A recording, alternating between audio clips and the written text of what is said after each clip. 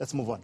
3 police officers charged in connection with the killing of teenager Nathaniel Julies are appearing in court again this afternoon. Their formal bail bid is expected to continue.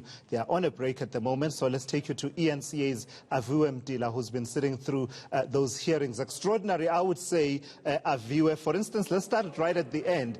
That accused, that applicant number 3, the attorney there basically trying to explain why it is that a man who was on sick leave on that particular day ended up at the scene and ended up collecting the 2 bullet casings at the scene.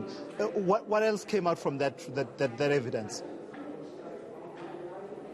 Certainly interesting revelations, in fact, from the prima facie evidence that we've heard in the course of the last 2 days, this morning as well as yesterday. That accused number 3 being Foster Nechiangola, 37-year-old police officer, basically, who we hear basically constructed the crime scene, allegedly from the state saying that he constructed the crime scene. Tough questions coming from Magistrate Mango today to his representative, his attorney, basically asking why this officer who was off sick, who's supposed to be at home, why did he then, why was he even called in basically when he was off sick? Why did he tamper with evidence? We heard the state yesterday painting a picture of how Nechiongolo arrived in the scene and then presented 2 live ammunition capsules, almost as if they were trying to construct the scene to make it seem as if there was a gang-related violence in there. Some of the prima facie evidence that we've heard here, we also heard yesterday in the course of yesterday's proceedings that it was accused number 2, Caitlin Whiteboy, who pulled the trigger. That we heard from Scorpion Jalivane's evidence. Accused number 1, his affidavit, also the state's affidavit, basically saying that it was Caitlin Whiteboy, also from her own affidavit, saying that she didn't intend to kill Nathaniel Julies, basically.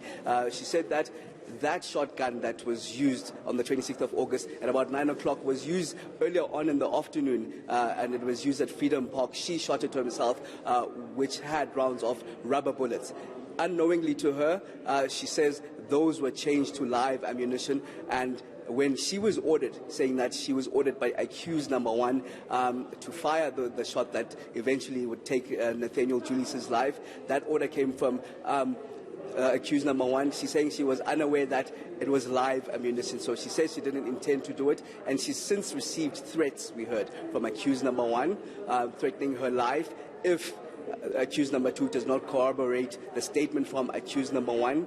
We also heard threats coming from 4 drug dealers, essentially, as well as legal representation that's been offered to her by accused number 1, so she could corroborate the statement coming from accused number 1, Simon Scorpion Jalivana, who says on the day was the commander.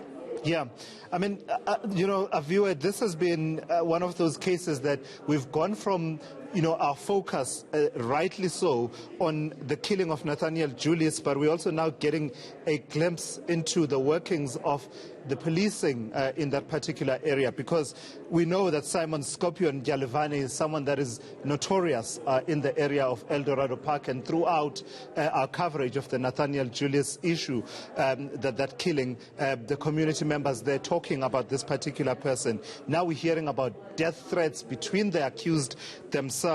But there was something that was said by the lawyer for Foster Nechiongolo about the mother of Nathaniel Julies and what her state of mind is in terms of, getting a sense of the events that led to Julies' death. What was the point that was being made there, and what point was this lawyer making to try and support this bail application about Nathaniel Julies' mother?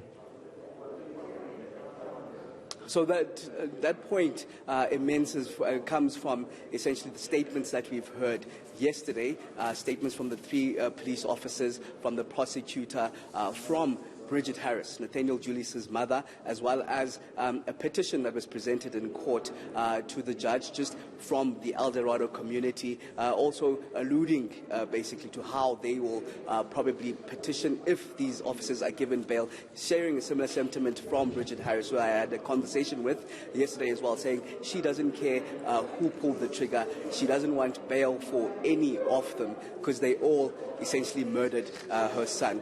That infamous police officer, Scorpion Simon Jalivana, in the conversations that we've heard from numerous community members, painting a picture of how he's been terrorizing the community from time to time. We heard that he didn't pull the trigger, but while he didn't pull the trigger, he was the one that booked off that shotgun on that day. The questions around him booking that shotgun was, why did he then book the shotgun without any ammunition? You'd remember that there's a charge of possession of prohibited ammunition, that we understand that the ammunition that killed 16-year-old Nathaniel Julies was banned, and the SAPS didn't even have it. So the questions are, where did that ammunition come from? Why did this Scorpion Simon Jalivana, 46-year-old police officer, book this particular shotgun without any ammunition? So the state basically claiming that they had that intent, they had a common purpose of obviously taking that. If that shotgun was booked out without any ammunition, they